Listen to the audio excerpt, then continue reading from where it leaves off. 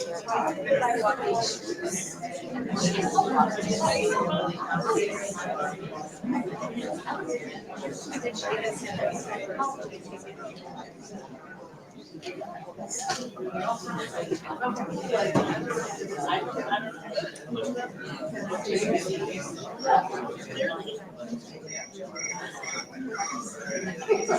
the crickets.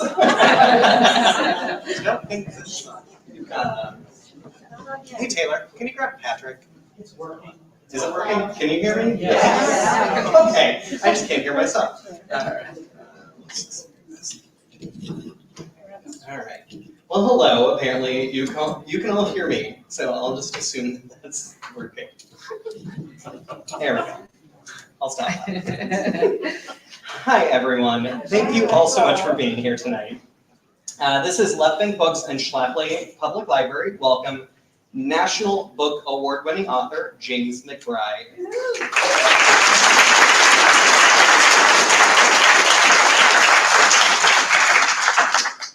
Tonight he will be discussing his new novel, Heaven and Earth Grocery Store, which has been described as funny, tender, knockabout, gritty, and suspenseful.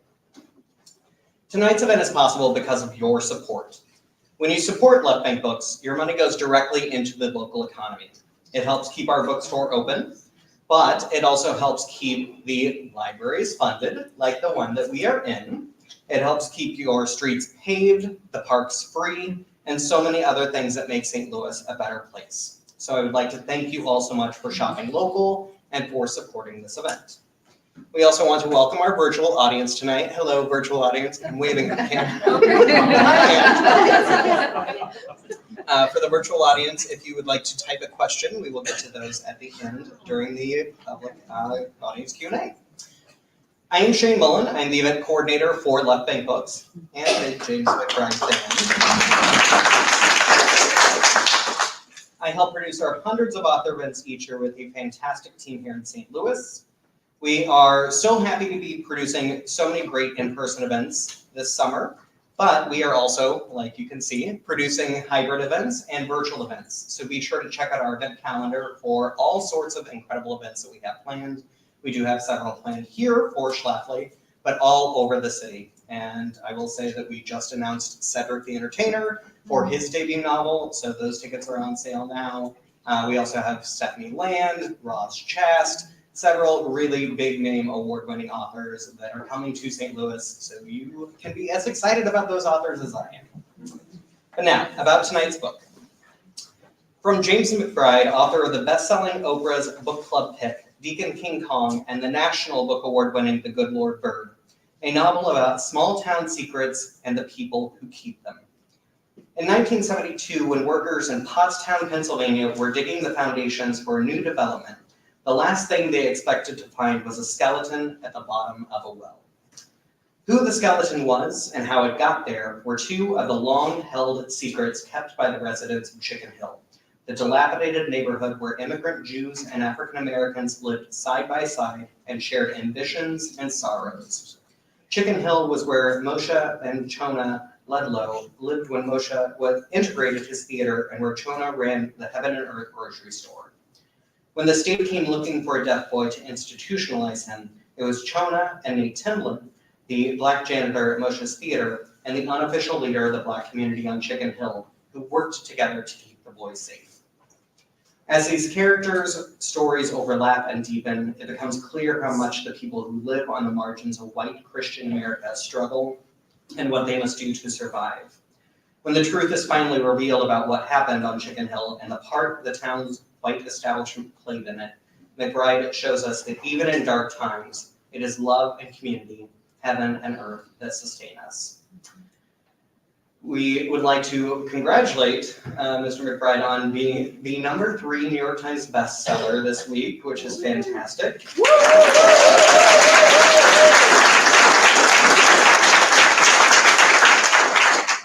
Ron Charles from the Washington Post says, "We all need, we all deserve this vibrant, love-affirming novel that bounds over any difference that claims to separate us." Ron is from St. Louis, if you did not know. And now, I would like to introduce our author.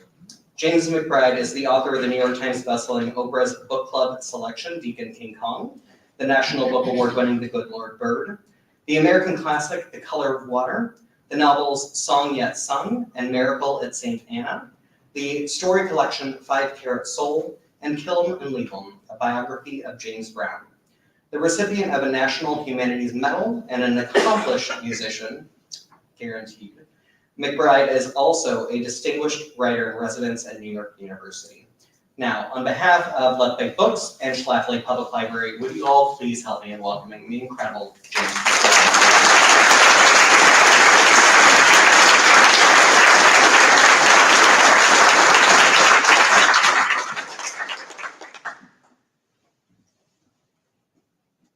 You like me. You really do. Thank you so much. Always nice to see so many nice people.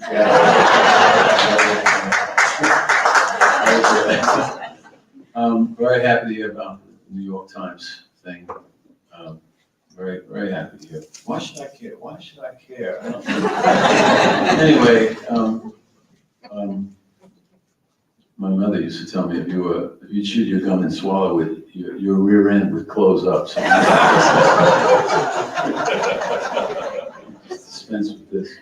Thank you very much for coming out. I know it's been a long day for some of you coming from work or whatever. I've been here in St. Louis a couple of days. I'm on a long book tour, so it's just a lot of running around. But I did get a chance this time to see the city for the first time. I've been here before. I've toured here before. I was with my band at one point. I've toured here as a musician and as a writer, but I've never really seen much of the city.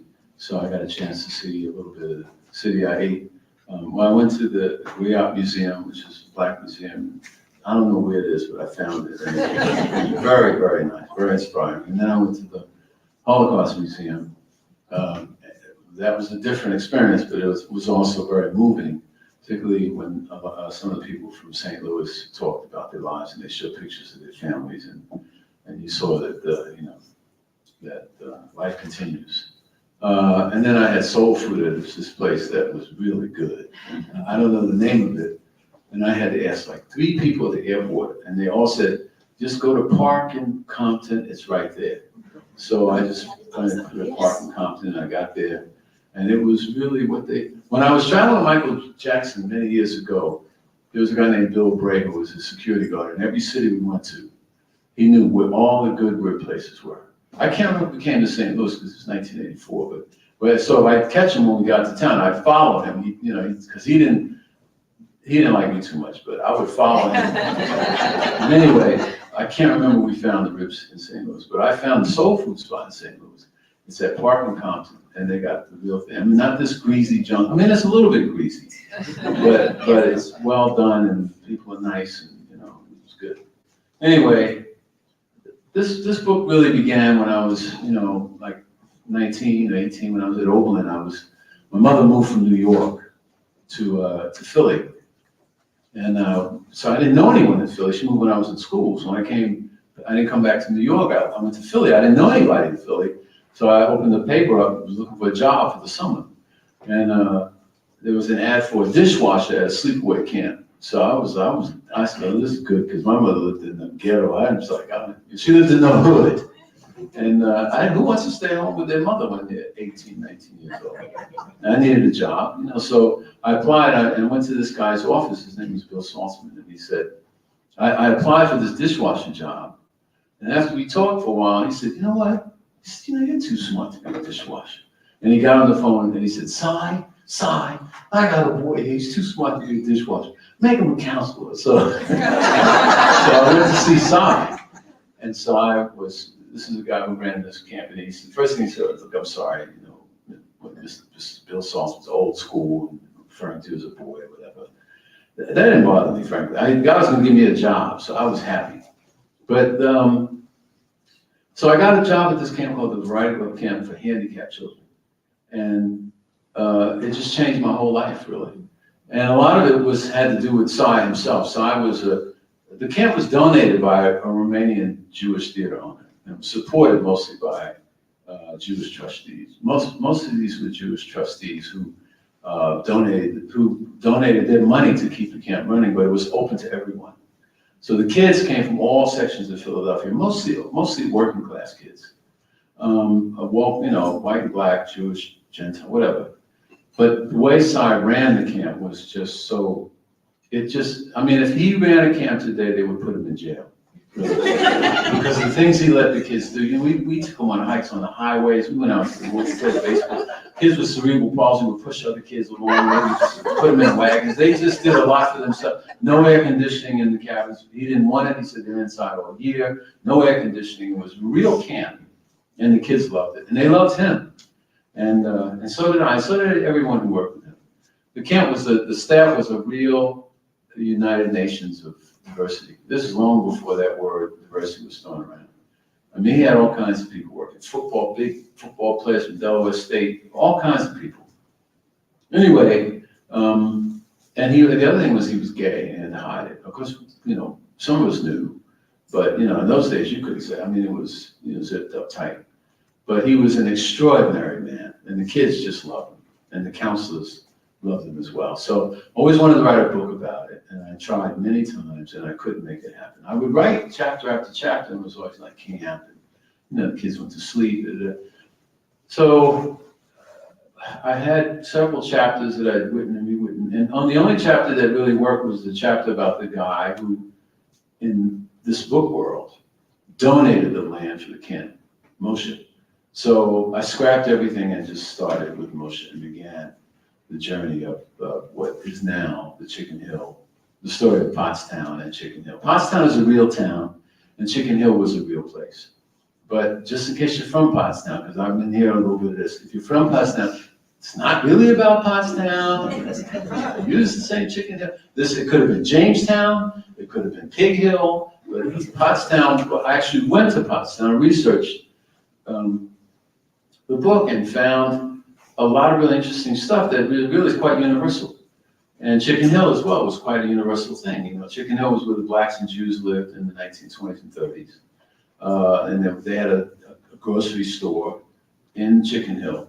And so I placed the grocery store in this Chicken Hill. I'm familiar with that a little bit. My grandparents were Jewish. They had a store in the Jewish section of town in Suffolk, Virginia. So I knew a little bit about how the dynamic worked.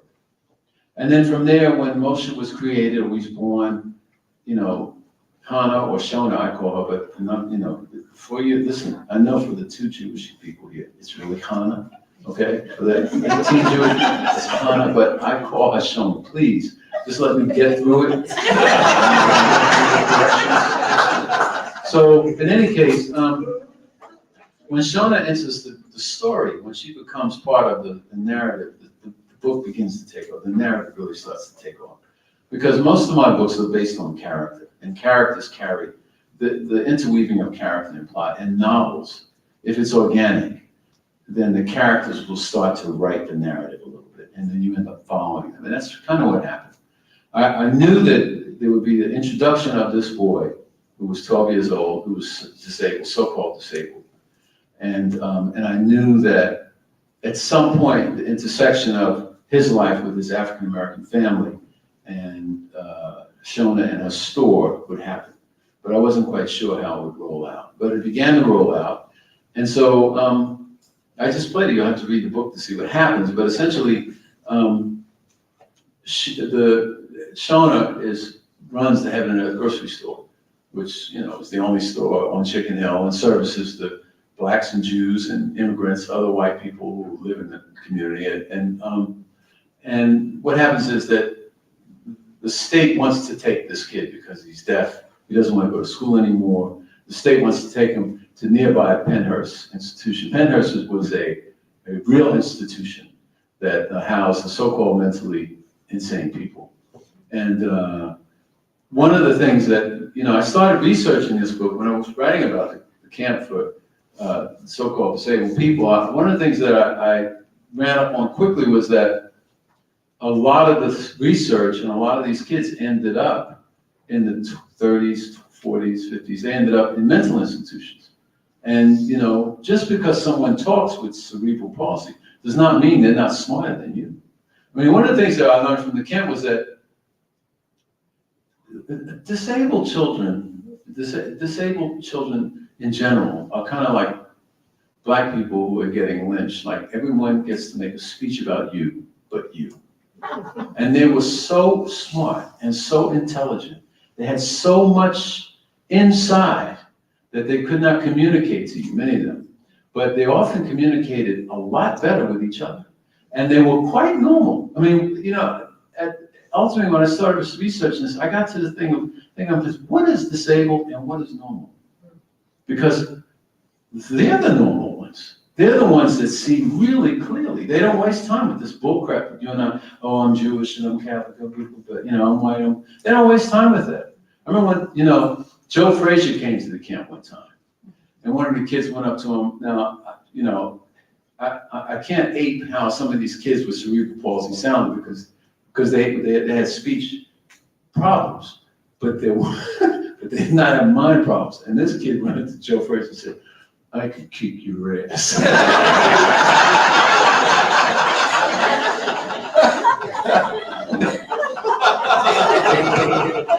I mean, so in any case, I knew I was going to fold Dodo into this. He's called Dodo. That's what they call him. And I folded him into the narrative. And then I moved into the whole business of Penhurst, where he ends up. And then, you know, the Chicken Hills response to this problem is really what really powers the novel. So, you know, all I'm trying to do in this book really is to show that our differences, our commonalities far outweigh our differences. And at this point in my life, I'm at the point in my life where I don't even waste time with talking about this kind of stuff. You know, this whole business of, oh, well, you know, are you Black, are you Jewish, are you Arab? I mean, what difference does it make? How does it hurt me if a man decides to be a woman?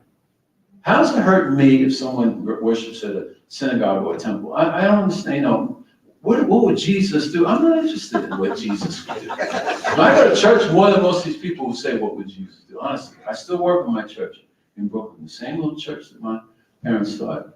I'm there every weekend. I'm easy to find on a Saturday. I'm always there. I don't hear any of this, what would Jesus do talk. When I see the world in a real way, you know, I mean, when I came to St. Louis, you know, there's more. There's a lot here that people who live here probably see a lot better than I do. But there's a lot going on here. And this is just based on my day and a half of being here. But my point is that my job is to illuminate and let the reader decide what's right and what's wrong, and hopefully have them smile a little bit as they go through the narrative. I really wanted people to understand that in this case, in this story, and in general in life, love is the dominating force. I mean, in our society now, we hear an enormous amount of everything but that. But love is a powerful, powerful literary weapon. And if you learn to get out of the way of the story, you know, you'll come to the understanding that I have, which is that these characters want to tell us the truth, and you have to figure out a way to allow that to happen. Structurally, you know, there's structural things you do in a story. You have characters. You can't have a guy who's 5'3" dunking a ball on an NBA basketball court, and you just can't have that happening. But you can have his hope and his love and his dream and his possibility finding its way onto that court in some fashion. So my job in this book and in all my books is to try to show you that that the sum of life is really what you pay attention to. And happiness is a way of interpreting the world. I mean, a lot of people that I come across in my life have the worst circumstances, and they're always smiling. They have I mean, my mother was a happy person. Those who read The Color of Water about my mother who raised all of us, 12 children. My mother died happy. She was always, and she didn't really care about money, which was kind of unfortunate, but, so what's important in life is who you love and how you love them. And the stories we tell should reflect that. I mean, that's the real American experience. That's the real America that I know and care about. And on that note, I will open the floor to questions because I really don't know what to tell you about the book because most of you probably haven't read it. If you have questions about writing, I'll be happy to answer those questions. I mean, if you have questions about, I told you why I did it. Cedric the Entertainer will be here to cover it. When we have that Yes, ma'am? How did you begin writing? When In my life, you mean? Now, yeah, at the very beginning. Well, and you mean this book or just in No, general? writing. Well, I was a musician as a child. I grew up in the church, and I played in the church and gospel music and so forth. Went to Oberlin and studied music there, among other things. And then when I was a senior at Oberlin, we had this big fight about Nelson Mandela and the divestment of Oberlin funds from companies that did business in South Africa. So I got involved in that. And during that time, I thought I might want to become a journalist because I wanted to change the world. You see how that worked out. Anyway, I applied to Columbia Graduate School of Journalism, and to my surprise, I got in. I had never really written, other than the essay I wrote for Columbia, I didn't really write in college at all. But I did have a teacher. I had a teacher at Oberlin named Tom Taylor I had to take some kind of remedial something, because when Oberlin, in those days, Oberlin, look, I still love both of my sons I have a son who's at Oberlin now, so I love the school. But they had those of us who were like a little bit behind because I lost a lot of time in high school because I just missed basically a whole year. I dropped out and blah, blah, blah. But I went to an English course, and the guy who was teaching the course made us write. And I wrote this essay about this guy. This was the essay. This guy goes into the bathroom, he sits on the toilet, and he has like horrible memories of the things he did, and then he dies on the toilet. And that's the end of the story. And the professor read it, and I said, well, he's not. And he said, you have a touch for writing. So I always kept that in mind, and lo and behold, we have a big fat guy who's president. He's going to go into the bathroom. No, I mean, when I went to Columbia, I became a journalist after that. I was a journalist for 9 years. I went to News Journal, the Boston Globe, People Magazine, and my last job was at the Washington Post. I was a feature writer there. Then I quit, and I was a musician for 9 or 10 years straight. And during that time, I wrote The Color of Water while I was, touring and back, going in vans from New York to Gary, Indiana, and coming back. And, after you go to the truck stop, immediately at $5. But I had a really wonderful time during those years. And then after I wrote The Color of Water, I more or less started to craft my life around whatever the next book was. So, and I made the jump from nonfiction to fiction right after The Color of Water because I didn't feel that nonfiction was creative enough for me. Fiction makes your dreams come true. Nonfiction, it locks you into fact, and some of it not so good. Some of it, it locks you into endings that are kind of raggedy sometimes. It's not creative enough for me. I want good things to happen. They don't have to be like super papered over good things, but the human experience when it's, I don't know, nonfiction, there was just too much cynicism in journalism for me. Cynicism is like eating poison and expecting your enemy to die. It just doesn't work. It didn't work for me. So that's how I got into fiction. Next question. Well, yes? So I know you're an accomplished writer and an author.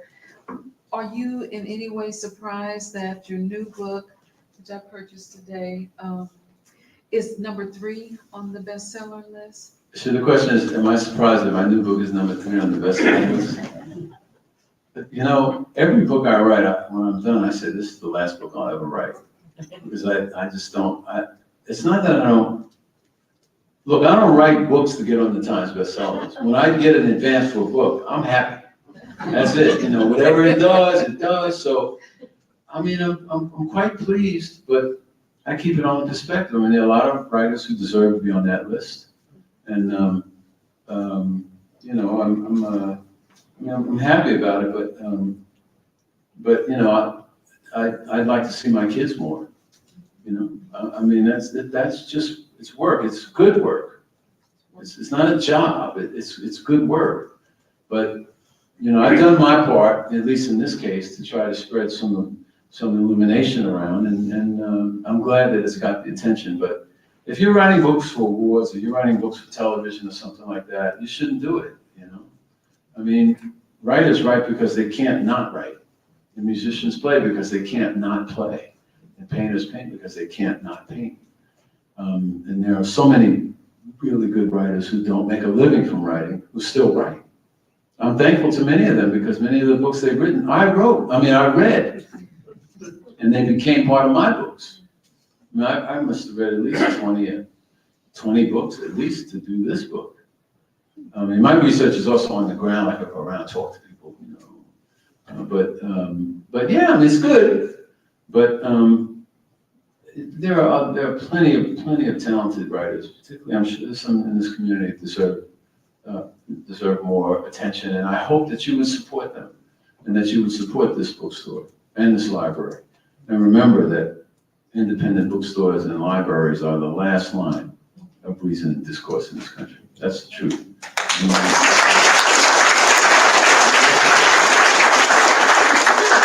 My question is about your book, Deacon King Kong, which I have to tell you, I loved that book. But anyway, I thought it was such a bold move that you used that little Venus and Willendorf, which is a real object. And it's an important little piece of that story. Right. So why would you pick that, which is well known, internationally, and use that in your story? The Venus and Willendorf, for those of you who haven't read Deacon King Kong, the Venus and Willendorf is a piece of art, a very small statue that's hundreds of years old. It's very valuable, and it's involved in that book. Thousands of years, sorry.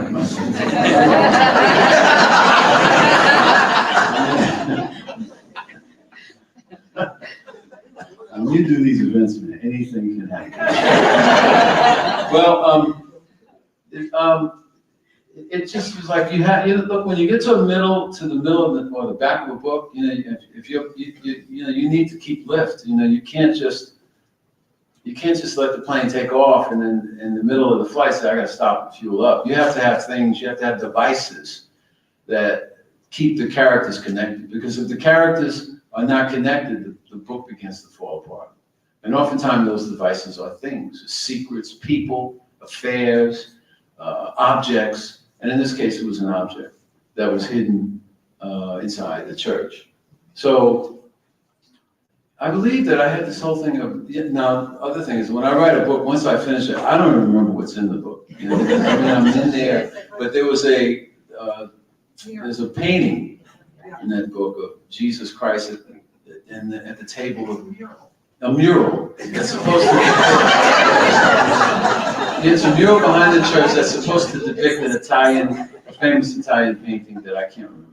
But in any case, you know, I took all these things because I need, you know, if you put in a fiction, you put people in a room, they have to do things. They have to move around. They have to stop. They have to, have to think. They have to eat peanut, whatever they do.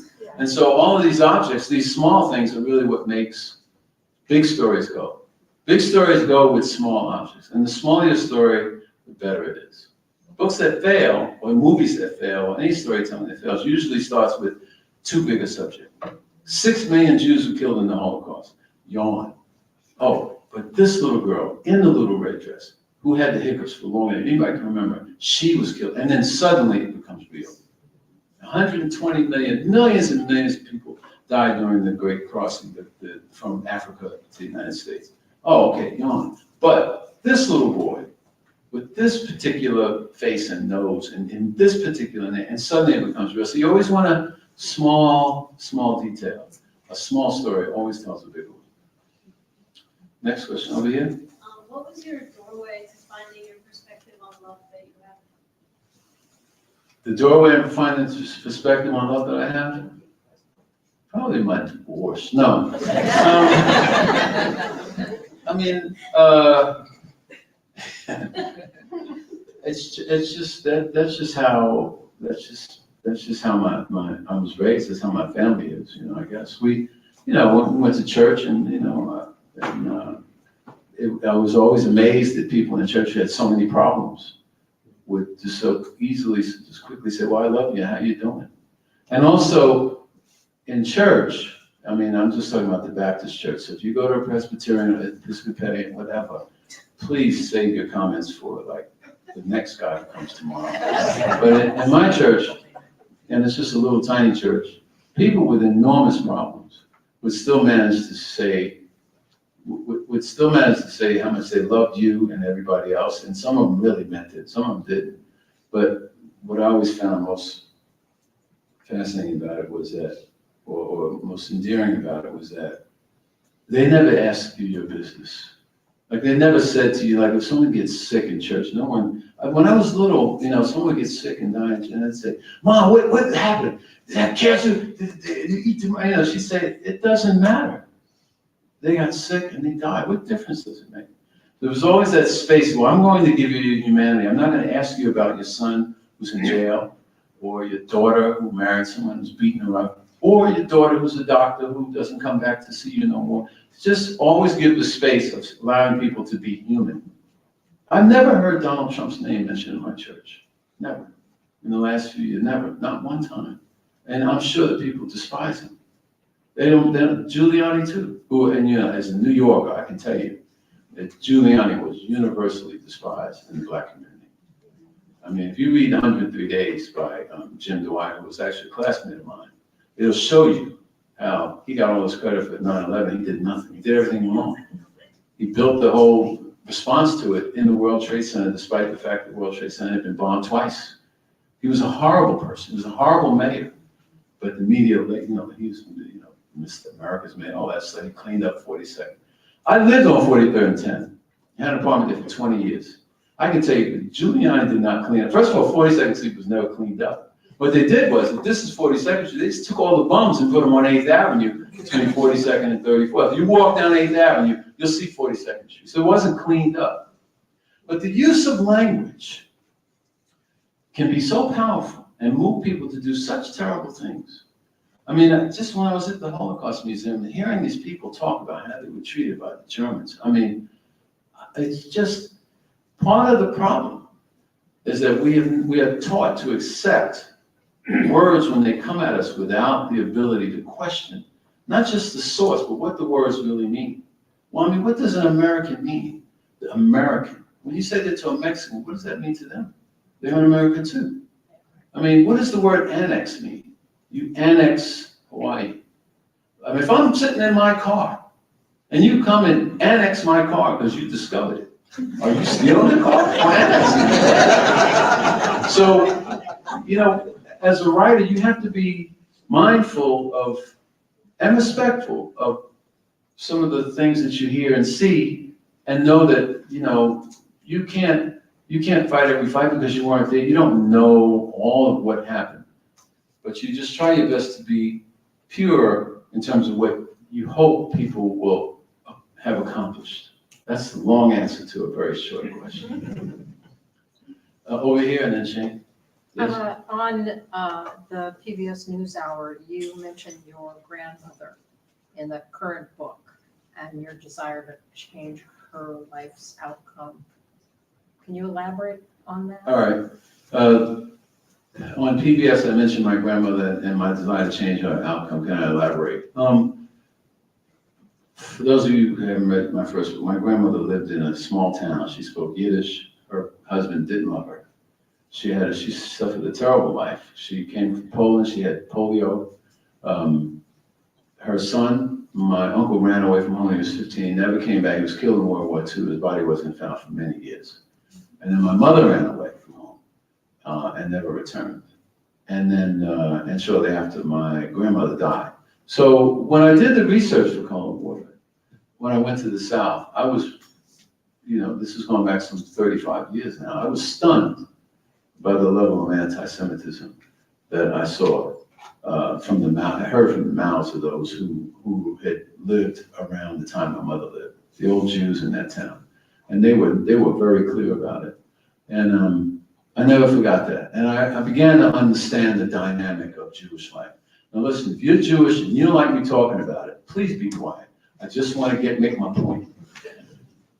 I'm not qualified to say, who is a Jew, who is not a Jew. I mean, look, you can find two Jewish people who agree on anything. I'll give you $100 right now. But I'm not qualified to say who's a Jew, who's not a Jew, what this is Jewish. But the trajectory of Jewish life that landed in New York when I was a boy meant that for me, personally, as a kid growing up, above and beyond my own mother being Jewish and not talking about it, not even revealing it, a lot of my teachers were Jewish. New York was a very Jewish city. Now, I don't mean that there weren't Italians and Irish. New York is full of that. But the educational system in New York was rife with Jewish people. My guidance counselor at high school, Burton Silverman, who's 92, I still know him today. He had a great deal with me getting out of school. He was just one of these people, just a special heaven for the guy. So I've always kind of been interested in Jewish history anyway in America. And when this book was created, and I found Shona in the basement of the store, and she had polio, and I gave her that polio. It seemed to me that was coming from my own grandmother's experience. So I tried to fuse in some of that. But the truth is that Shona was loved, and so I wanted her to be loved because my grandmother was not loved. But this is not my grandmother. And this is the other thing. When you write a fiction book, people say, "Oh, you got that, and you got, why are you analyzing it? You go see Miles Davis, he plays the shit out the trumpet. That's great. It's great. Bruce Springsteen, 4 hours, boom, bang, boom. No one says he's only playing in the key E flat. He just enjoyed it. It's all good. So while I did draw from my grandmother's experience, and I did project some of her things onto the page. Shona Ludlow was her own person. She was her own character to me. She was someone that I personally loved. I thought she was just fantastic. And that's really what the power of fiction allows you to do. But again, for those of you who've been Pottstown, know Pottstown, this is not Pottstown. It could have been, North St. Louis in the 1920s. The story's the same. The Jews arrive with a carpet bag on their back. The Germans got everything. Then the Eastern European Jews come, and the German Jews help them a little bit, and they'll, give them clothes, a little few things. And then the Jews who are here are trying not knowing what to keep and what to leave behind. And then you have this enormous cacophony of religion and culture that sort of just clashes and comes together and moves apart. And it's called the Jewish American. And, what's wrong with that? It's all right. I mean, the real question here is when someone pulls the blanket off the anti-Semitism that exists in this country and has always existed, people are surprised. That didn't surprise me. I mean, racism, well, we all know about that. Well, some of us don't, but most of us who have brains, but this whole business of anti-Semitism is real. And now we live in an era where it's really happening. And so the question is not so much, does it exist? The question is, what do we do about it? Right where we live, right across the border in Kansas, these cops, they march into a newspaper and take all the papers, and then the owner of the paper dies. And are we worried about the Cardinals winning the baseball game? I don't care about the Cardinals winning the baseball. I don't care if they lose 100 games. What difference does it make? The lady who ran the paper's dead. And nobody cares because the cop goes in there with guns and they start kicking shit around. No, I don't like it. I don't like it at all. And so really the struggle for us as American Jews, blacks, Italians, whatever you are, is to stand for something that really counts. And this is the time. I mean, the most important book I read in the last few years is The Rise and Fall of the Third Reich by William Shirer.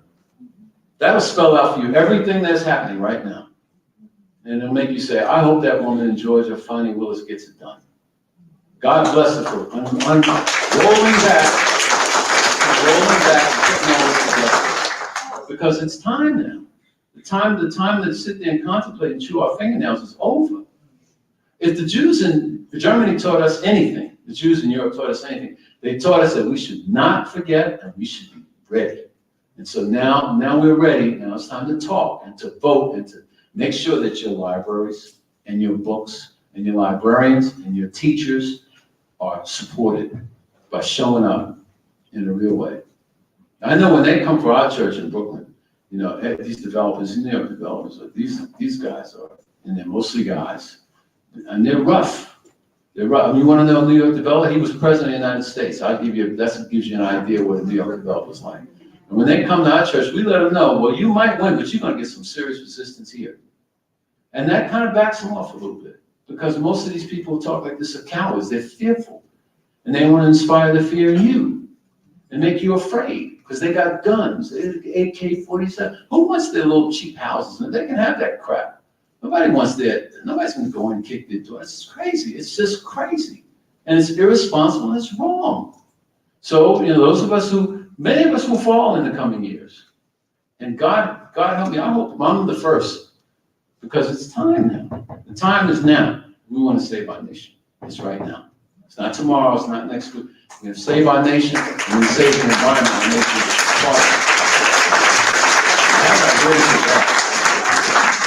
I don't know how I got into that, and I apologize. Vote for me and I'll set you free. I'm sorry if I offended anybody. I didn't mean to get into that little rant, but I'm giving you this what you get. And up here, and then the gentleman, yes. So totally random, but like where in Brooklyn do you live generally? Obviously, you don't want to. I live in Sunset Park. Okay, cool. I just live in Park Slope and then Sunset Park. And Okay, you're all New right. Yorker. Park Slope, Sunset. Yeah, cool. Okay. Yeah. Yes, sir. First of all, I live on Compton, right by the restaurant. Okay. It's called Diner's Delight. Right, that's right. Diner's Delight. And I moved here 40 years ago, lived in the same house, and they've been there. The parents ran it, and now the kids are on it. So it's got quite a history in the neighborhood. Your ability, I think, with conversation and dialogue is fantastic. And obviously, you've been listening to the Blacks and the Jews and the Irish and the Italians talk. And many times you have people of different ethnic backgrounds, different economic backgrounds who are talking to each other. And I just think your dialogue between these people is so natural and so well done. I don't know if you're an inveterate note taker or. Oh yeah. I mean, I carry one of these wherever I go. I mean, I always have. I take notes all the time. I do a lot of research. I did a lot of research into Yiddish words and who would use certain Yiddish words, and I didn't nail it all the way, as those of you who speak Yiddish know. Same thing with African American language. Some of that was spoken in my house. But again, I did a lot of research into the Gullah language, for example, because we talk about in the book, Blacks from the low country, South Carolina. With Italians and Irish, it's the same. I believe the character's from Sicily.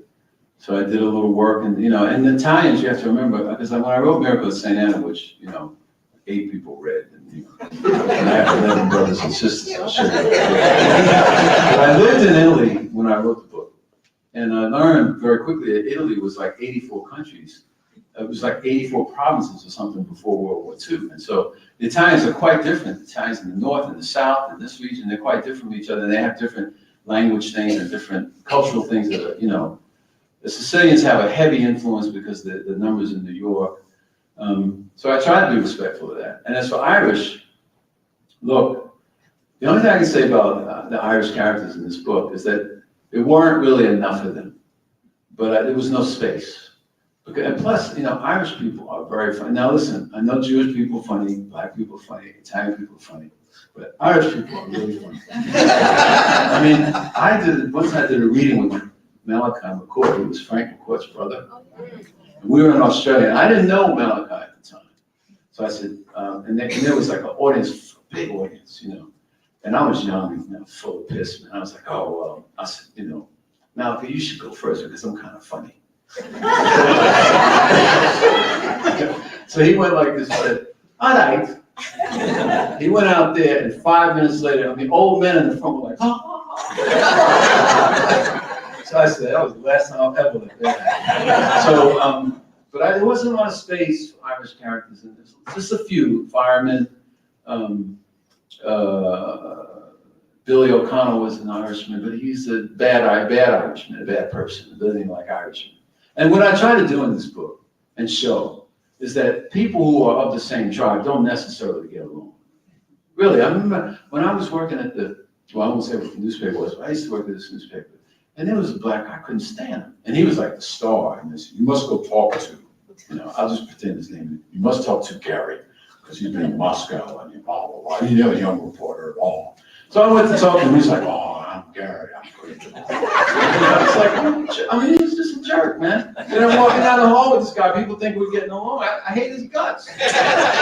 So, you have to remember that we're all the same. So I was free in this particular situation to talk about these Jewish characters with great abandon, because the Hungarians who don't like the Germans supposedly have everything. Now I heard this quite a bit from my mother and from my Jewish friends, and I'm reading about it, that the German Jews really wanted to be polite, and you see that if you look into the history of Jewish people in Philadelphia, you see the German Jews we were the first Bavarians, we came first, and we're going to be Americans.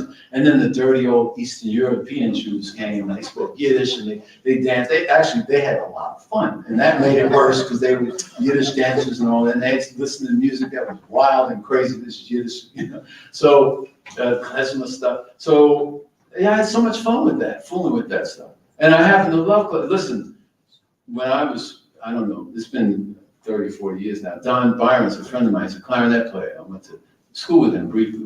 I went to New England Conservatory for a brief minute to study, and John was the clarinet player there. And he joined a group called the New England Klezmer Conservatory Jazz Ensemble. No, Conservatory Klezmer Ensemble. And they came to Philly. And I was in Philly. I was playing down there. Don calls me. I don't know how I reached him. But he said, man, I'm in Philly too, man. So I'm playing down at the YHWA, Young Men's Hebrew Association? I don't know. It's not the YMCA, it's YMHA. Okay, so he was there with and so I was like, I kind of heard klezmer music. Man, they struck it up and they were kicking much behind music. I mean, they were like, and klezmer music, if you don't experience it, you should, because it's the jazz of Europe, really. I mean, before jazz became jazz, it's the jazz of I suppose, Jewish life. And I wanted to make people aware of who like Mickey Katz was. Not to mention, Chick Webb and some of the people that I always loved and admired, but these klezmer players, and they're just like jazz, but they complain about they're not getting paid enough, all musicians, that. But it was just these elements of this particular group of Jewish people in this town were really magnified by this guy owning a theater. The fact that he owned a theater meant he could bring in different people, which meant for me, going back to the question about the Wallendorf, it's a device. You can bring people into the theater and you can bring them out. And in the middle of the book, I move into that. In fact, because in the middle of the book, Moshe has a scene where he walks in and they're arguing, carrying on. His wife is sick, and then he goes to Mario Bowser, who was truly existed, a great Afro-Cuban trumpet player. And they're arguing about who goes first, Lionel Hampton's band or Mario Bowser. And Mario Bowser takes him to the door and says, look inside, and all he hears is Spanish. And Moshe says, where are all these Spanish people from? And Mario Bowser says, they're not Spanish. They're Ecuadorian, they're Cuban, they play Afro-Cuban, and he's telling him about the future. And that's what a novel should do. The future's here. When you see a Mexican person walking down the street or hanging a sheetrock or something, that's the Jew of today. That's the immigrant of today. And they deserve a chance. Because you know what? If I could talk to every one of them, you know what I'd say? I'd say, thank you for coming here. Because you're making this country better. Okay, so it's all going to be brown in 100 years. Big deal. I'll be gone anyway. But the truth is, it doesn't matter. I mean, how silly can it be? I mean, so, to keep yourself from going mad, you have to remember that whatever religion there is a great plan that says, who's the singer? The Creator has a master plan, peace and happiness for all the land. Leon Russell. No, not Leon Russell. Leon, come on. This is St. Louis, home of the blues.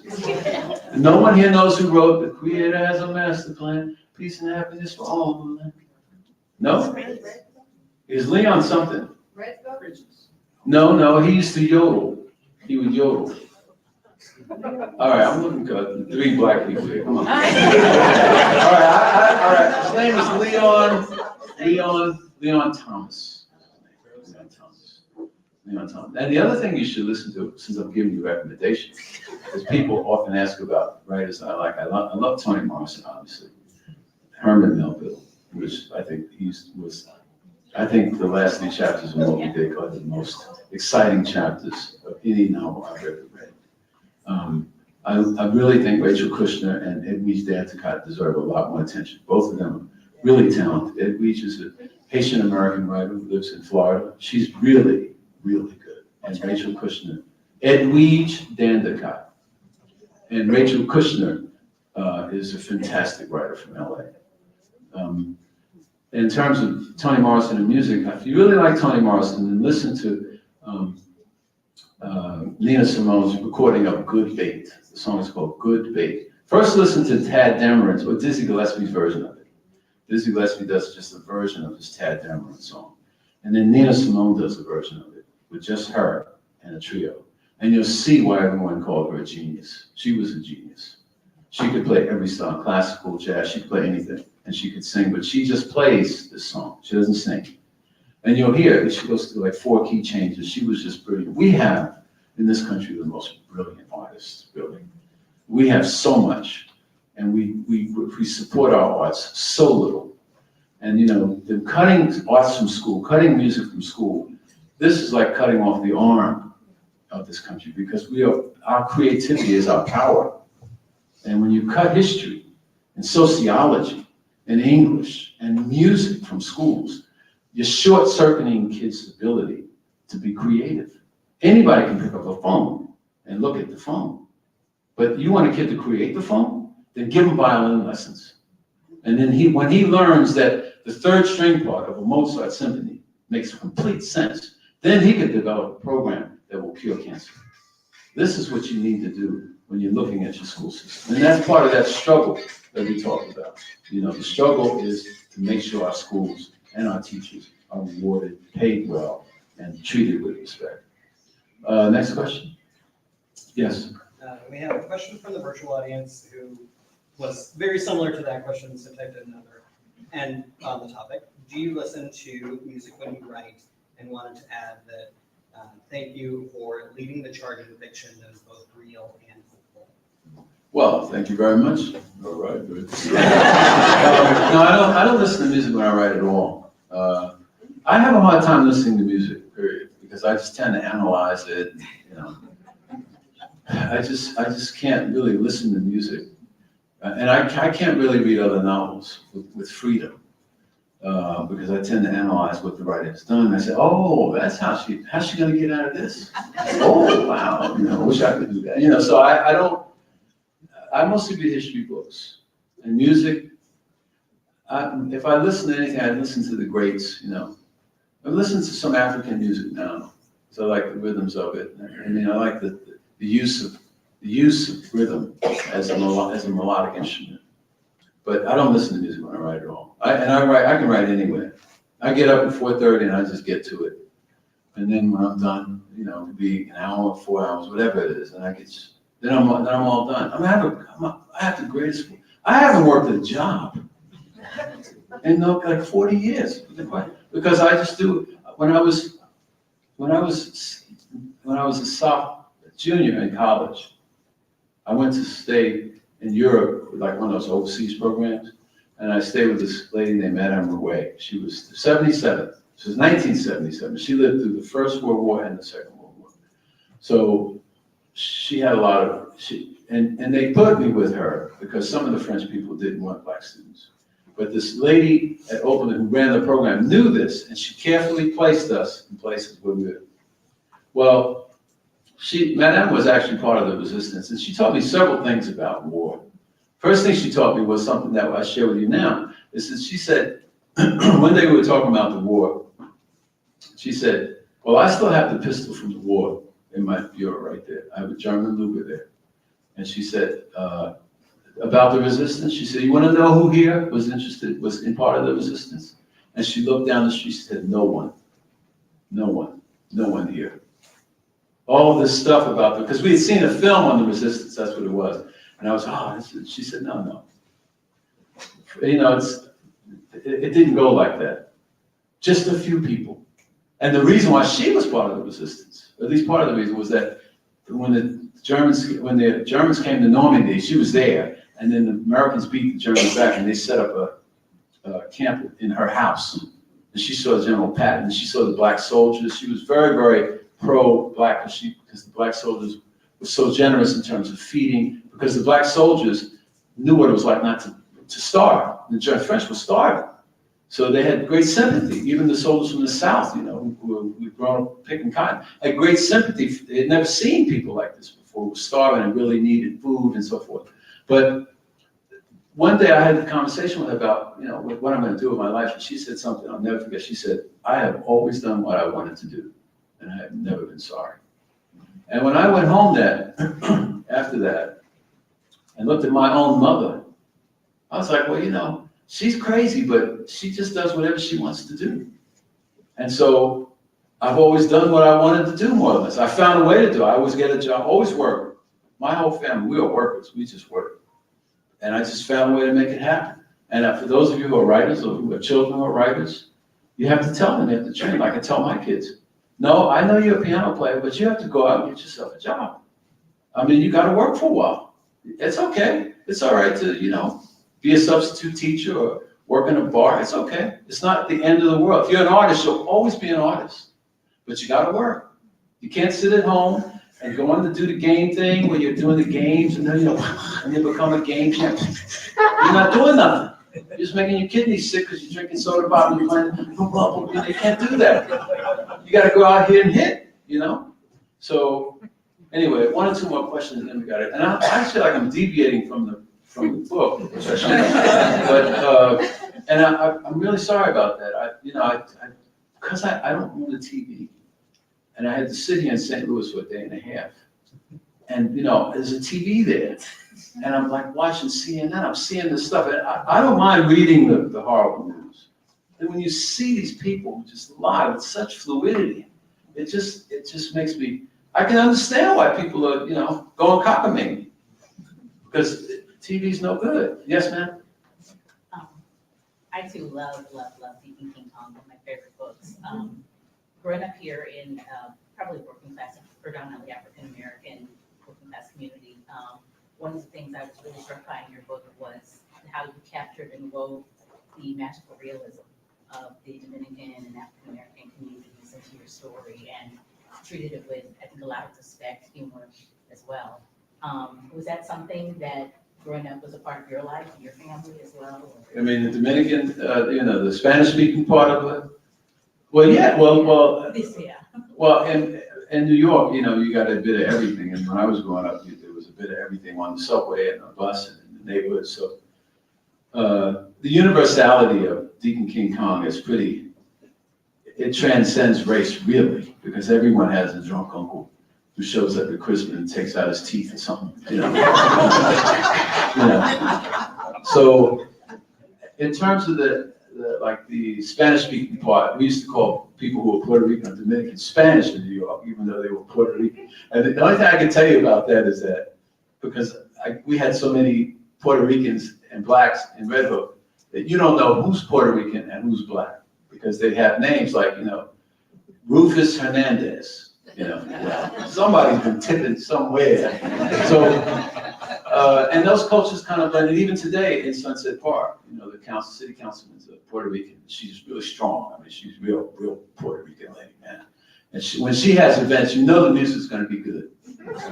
And yeah, I mean, you just grow up with an appreciation for people who are different than you.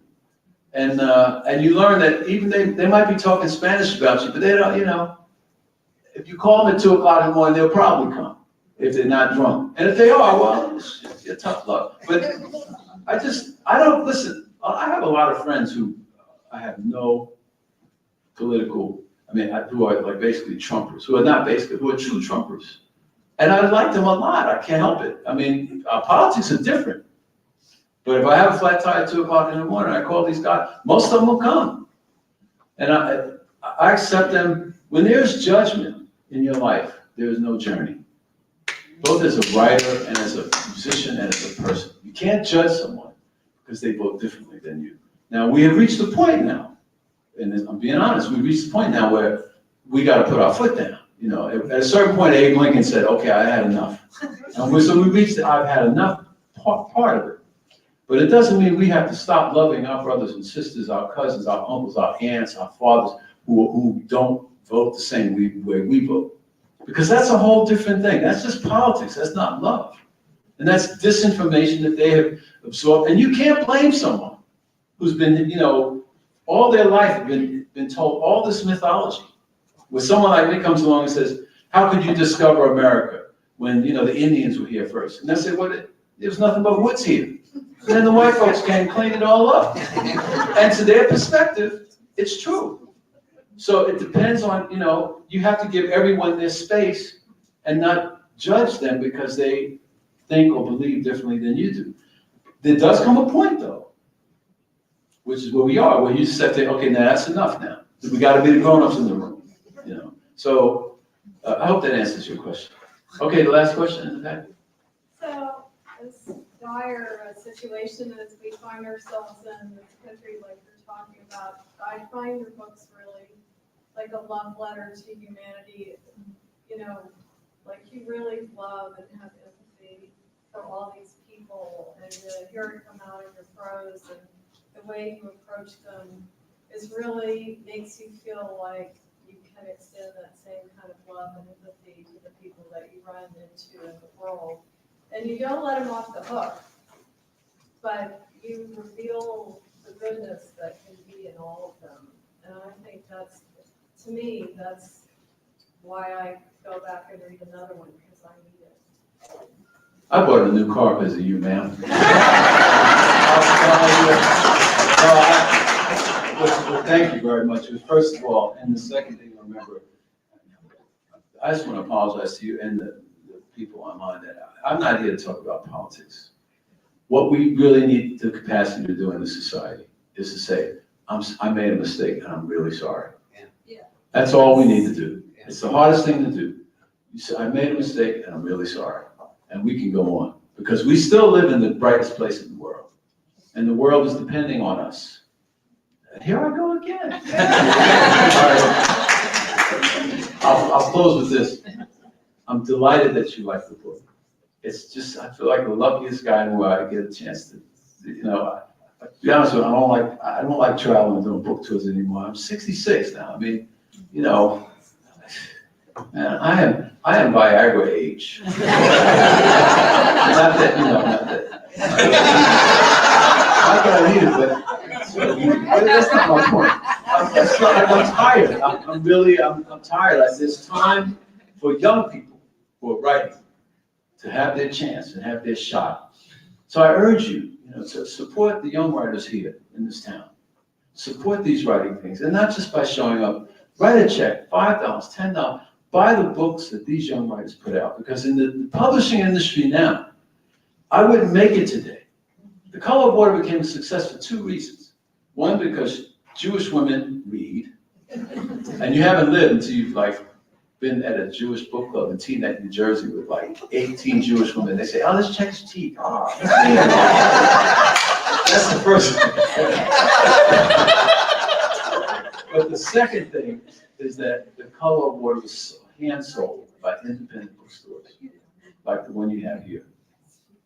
And this bookstore survived thanks to you, but we wanted to thrive. We need 4 or 5 of them in town, because young writers don't get a second shot now. They don't get the second shot. It's not like Amazon and Barnes & Noble's saying, oh, you're a young writer, you're promising. They don't do that. And our creative spirit, our creative masters are 25, 30 years old, 35 years old, and they're coming out with books. And if that first book doesn't sell, you don't hear from the writer for 20 years, because they can't convince the publisher, because the publishers, it's only 5 publishing companies. But if, you have a writer, there's a new writer from St. Louis, and they've been this book, and they sell not 30 books, but 300 books in the first month. The publisher, well, maybe give them another chance. And then another 300 books. Well, now the writer has a shot at the second book. And so they get to my point, because this is my 8th book. And now I know how to do it.